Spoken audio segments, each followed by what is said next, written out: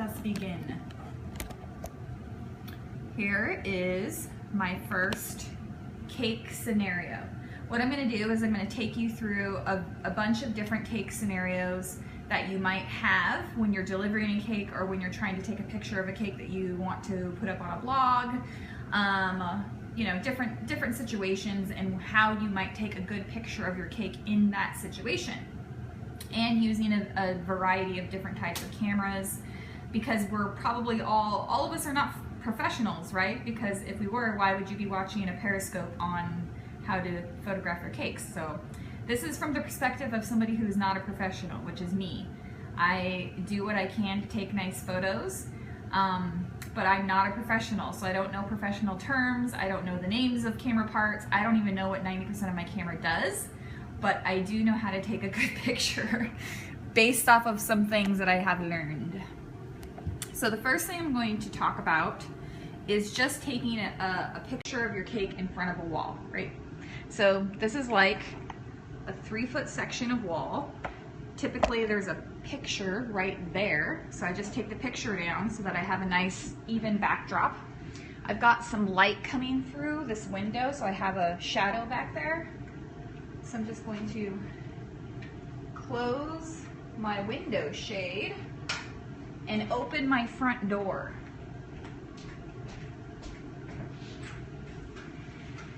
So I have some nice even light going on. And I'm just going to move this forward a little bit. Basically what I don't want is a harsh shadow in the background of my cake. So you can see just doing a couple things already has made a big difference of setting up the cake. The second thing is I actually used to only take pictures of all of my cakes when I very first started with this camera. And I actually kept it because I used it for so many years. I feel very nostalgic about it. And it is a Nikon Power Shot.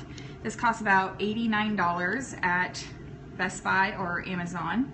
And I think cell phones have better cameras on them than these guys these days. But just in case you have a really crappy old cell phone and you want to spend $100 on one of these cameras, then I'll show you the deal. Oops. This is one of the reasons I don't like these though. This part always breaks and pops open. So you have to like tape them shut. And that's no bueno. Hopefully I can keep it taped shut for long enough to actually show you. But the deal with this camera is it has a food setting. So you go into your settings here and you click on the food. Oh, it's not a touch screen.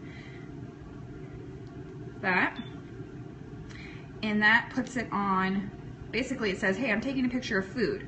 So the light in here, it might be warm or cold. So you can adjust the warmness of the photo by going up or down so that your picture is not too yellow or too blue, depending on what kind of light is in the room. And we go vertical, and we focus until the light turns green. We're holding our camera very steady, and we have our nice picture. So that's one way you can use this guy. But nowadays, pretty much everybody uses a phone, right? So I have my husband's cell phone here. One of the mistakes that people use with their cell phones is they leave the flash on, so they go to take their picture, and you get this action.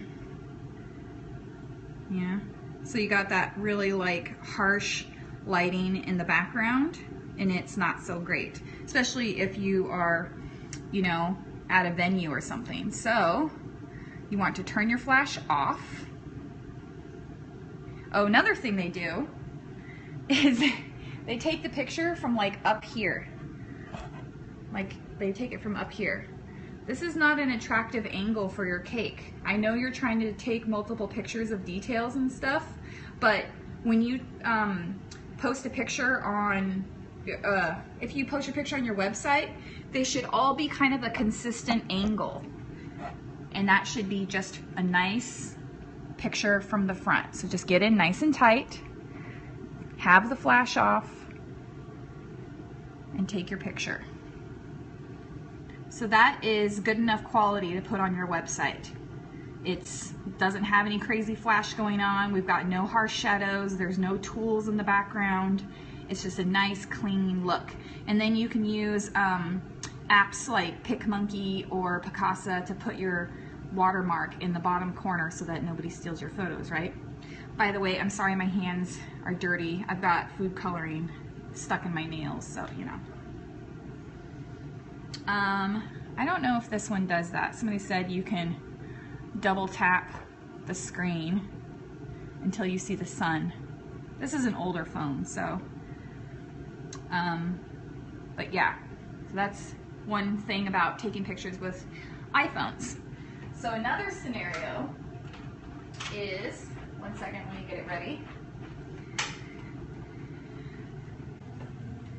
Have you ever delivered a cake and they say, go ahead and put the cake right there in front of the window? Like, that happens so much. And then you're like, okay, gonna take a picture of my great cake, and let's see, oh, yeah, well, that's it. That's all I can get, right? So, what do you do when you drop off your cake and they say, take a picture of it in front of the window? You simply turn the front of the cake to the side and you move the vase of flowers that's in the way. You come around to the side and you just come to the side, guys. A side lit cake is 1,000 times better than a backlit cake. Ideally, if you could, turn the cake all the way around and take a picture of it from the other side so that the light was facing the cake and you were standing against the window looking this way. That would be ideal, but we can't always do that. But there's always usually at least one wall on the side of a cake that doesn't have a window, and you can just come to the side. Okay, next scenario. Let me shut my front door so no creepers come into my house. Dun, dun, dun, dun, dun. All right, then. Where is my camera lens? So let's talk a little bit about DSLRs. Boop. This is my DSLR camera. This is what I use. I got this from Costco. It was a Christmas present, so I don't know exactly how much it was, but usually DSLRs, they come with a standard type of lens. This one came with an 18 to 50 millimeter lens. I'm trying to look at comments, but you know. So anyways, the 15 to 18 millimeter lens is kind of a standard distance, and it's not really anything special. But people think when I buy a camera, then that means that my pictures are going to be amazing, right?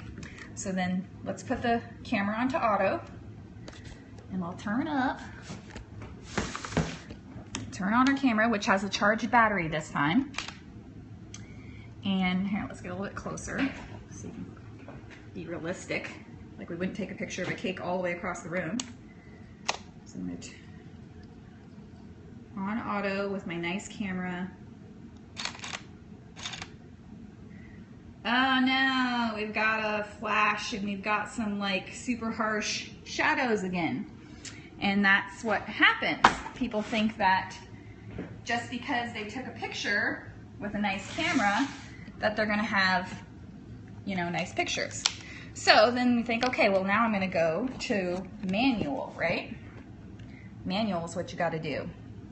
Well, the problem with manual is now we have we have settings that we have to deal with. And I'll be honest, I do not know what most of these settings do, but I do know what enough of them do so that I can at least take a nice picture. So when we're inside, well, okay, let me just talk about a couple things.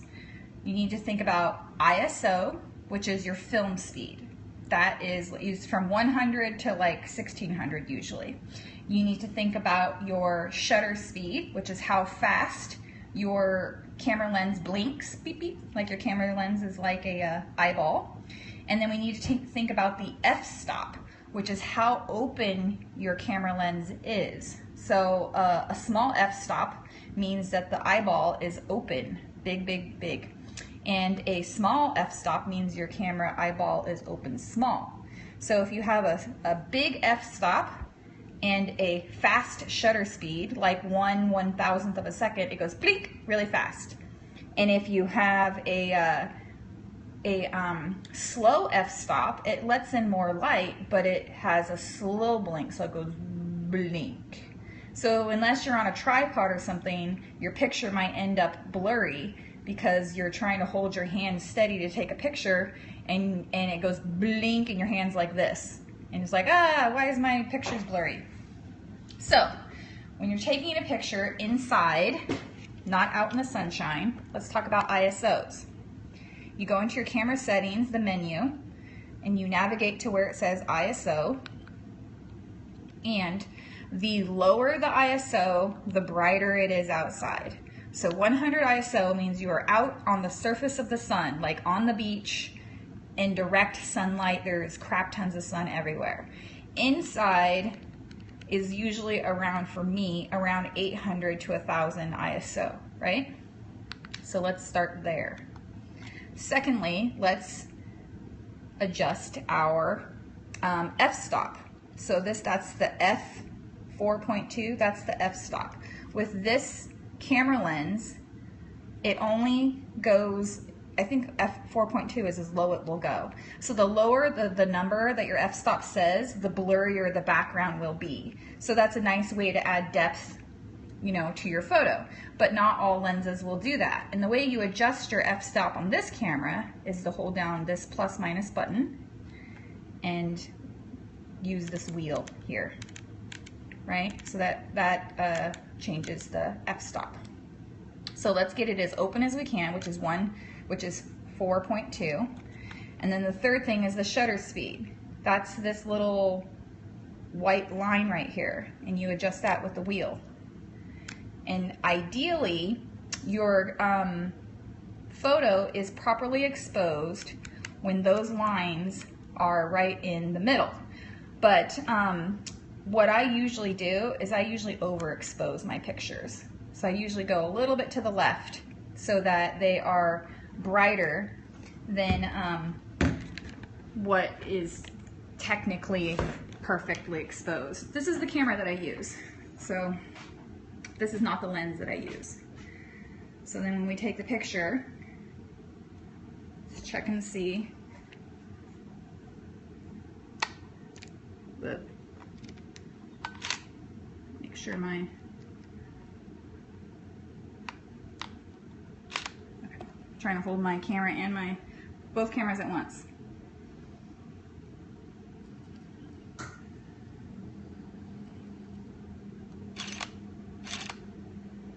So now we have a nice picture.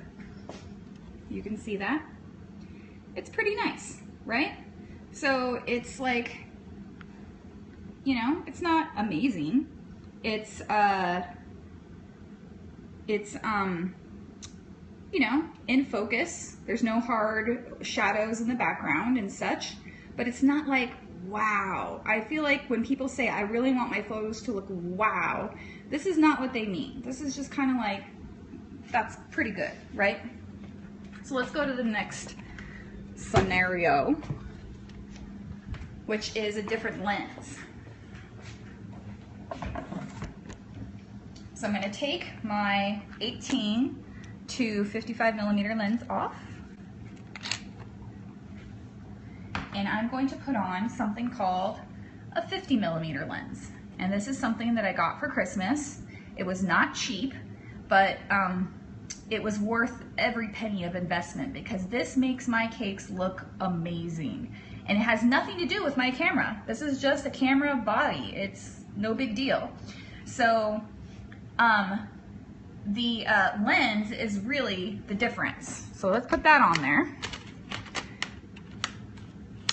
And one of the differences, the main differences of this lens is that this goes, this is a 50 millimeter, but the lowest f-stop is 1.4. So when you come in here, we were at f-stop 4 before, we can go all the way down to 1.4, right? And our eyeball, our lens eyeball is really open. So it's gonna let in tons of light.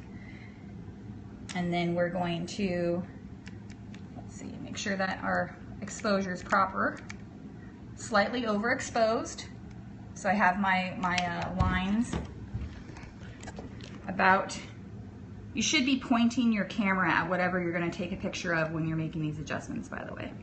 So we got our lens slightly overexposed, 1/640th of a second. That's very fast, so we should have a nice sharp picture. So let's come over here.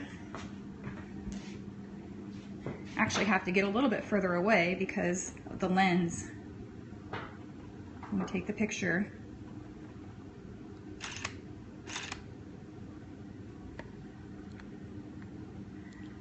the background has softened and blurred away. So you have like these nice bright details and it looks wow. That's the wow, right? The flash is off. There is no flash on. So the way when you really notice these details, it's actually like, especially when you get really close. Like let's take a picture really close up right here.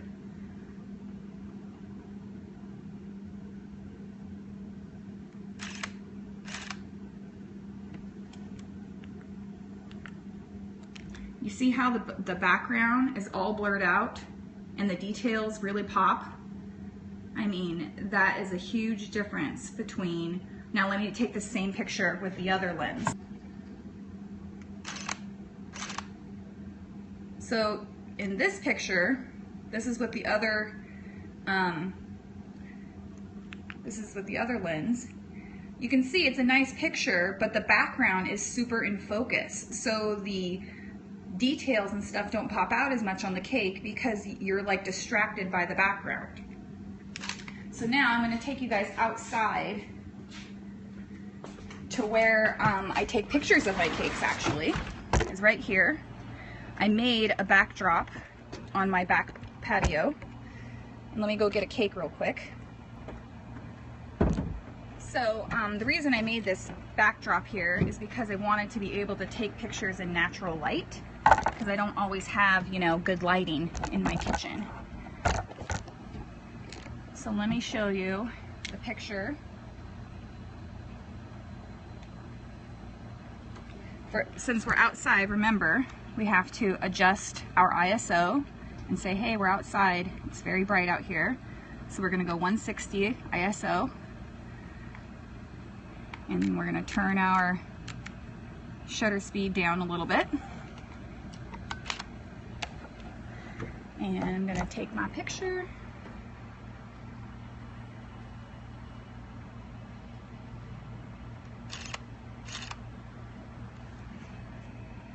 It's a little bit dark, so I'm going to overexpose even more.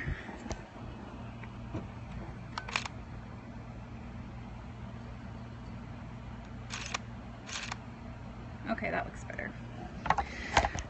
So you can see, maybe, you can see that the background is very in focus, and the camera, the cake is kind of in the same focus as the background. So that's like, okay, it's a nice picture of the cake and everything, but it doesn't really seem wow. So then let's see what it looks like with the 50 millimeter.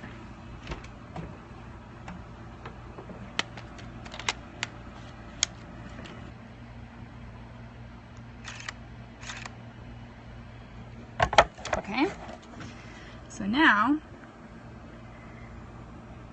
you can see that the background is very blurry and the foreground is not. So the cake is the focus of this picture, and that's what makes it pop and makes it look really bright and beautiful and like, wow, right? Okay, one more picture and then I'll be done. One more scenario. I'm gonna go downstairs. Other situation. Sometimes when you're taking a picture of a wedding cake, it might be outside, right? And it might be in front of an ugly barn. Yes, I'm going to post this on YouTube. So we have our beautiful cake here, and it is in front of a lovely pile of wood and stuff, right? And we're like, that's not very cute. Turn this. So then let's take a picture of this with our regular camera, which this is exactly what it would look like if you took a picture on your phone too, right? So we've got our ISO setting properly, 160. And make sure we're exposed properly.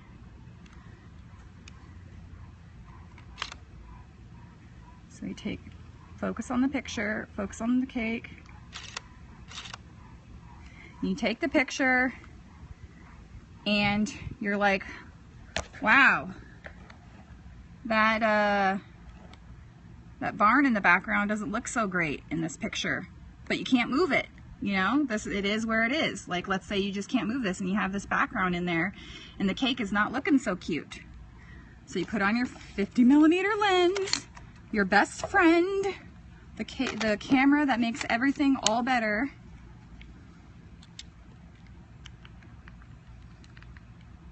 Now, turn my ISO to 250, and we got our all the way down to 1.4 f-stop.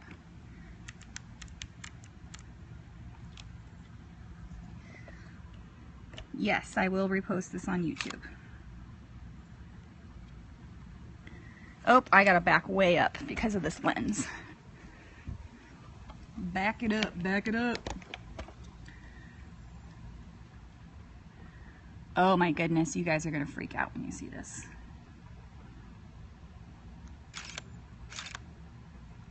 Can you see this? Look at how beautiful that looks. You can't even see that damn barn. It's amazing. It looks gorgeous. So that's my final wow, you guys. Can you see that? It is the 50mm lens at a 1.4 f-stop, proper ISO, proper exposure. That's the amazingness. So yes, I will combine this together and I will put it on YouTube. Oh, wait till you see it close up. Let's do that. That's really cool too. I like doing that stuff.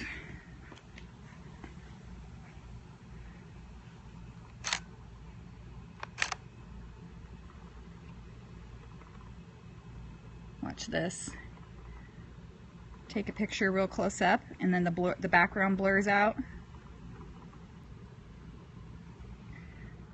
So look, can you see that?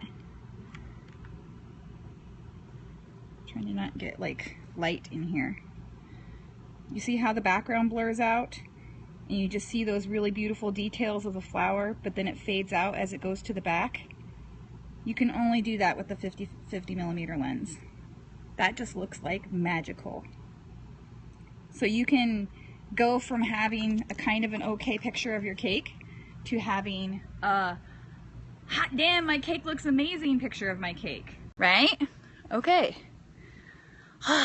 So hopefully all of that went through, and then we recorded it all and we got all of the information on there, and you guys will now be able to go forth and take beautiful pictures of your cakes, and you will know a little bit more. Just a couple tricks. Like, did I seriously do anything that fancy? Like, nothing. I didn't give you any technical terms.